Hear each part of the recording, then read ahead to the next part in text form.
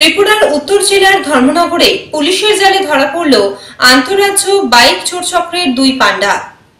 ত্রিপুরা রাজ্যের 3 দিক জুড়ে ভারত বাংলাদেশ সীমান্ত এবং পাশাপাশি ত্রিপুরা আসাম ও ত্রিপুরা মিজোরাম সীমান্ত থাকায় বাইক চোর চক্র সহজেই সক্রিয় হয়ে অপরাধ সংঘটিত করছে।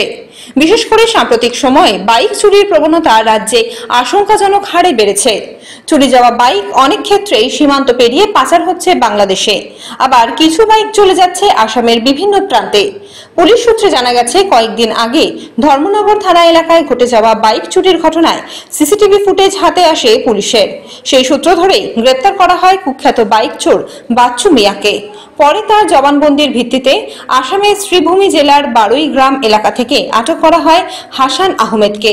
তদন্তে উঠে এসেছে, প্রথমে চুরি হওয়া বাইক হাসানের গ্যারেজে আনা হতো, সেখান থেকেই তা পাচার হতো আসামের বিভিন্ন প্রান্তে ও সীমান্ত পেরিয়ে বাংলাদেশে। দুজন আসামি বাইক চুরির বিয়েতে অ্যারেস্ট করা হয়েছে।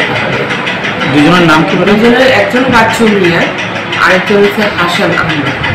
বাচ্চু মিয়া আমাদের ধর্মনগরের বাসিন্দা, আর হাসান সে আসাম করিমগঞ্জের থেকে।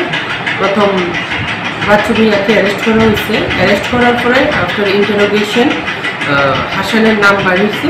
বাইর হওয়ার পরে তারা আমরা আসাম থেকে অ্যারেস্ট করা হয়েছে।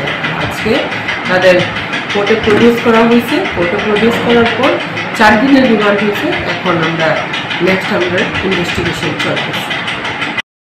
Bureau report, D news.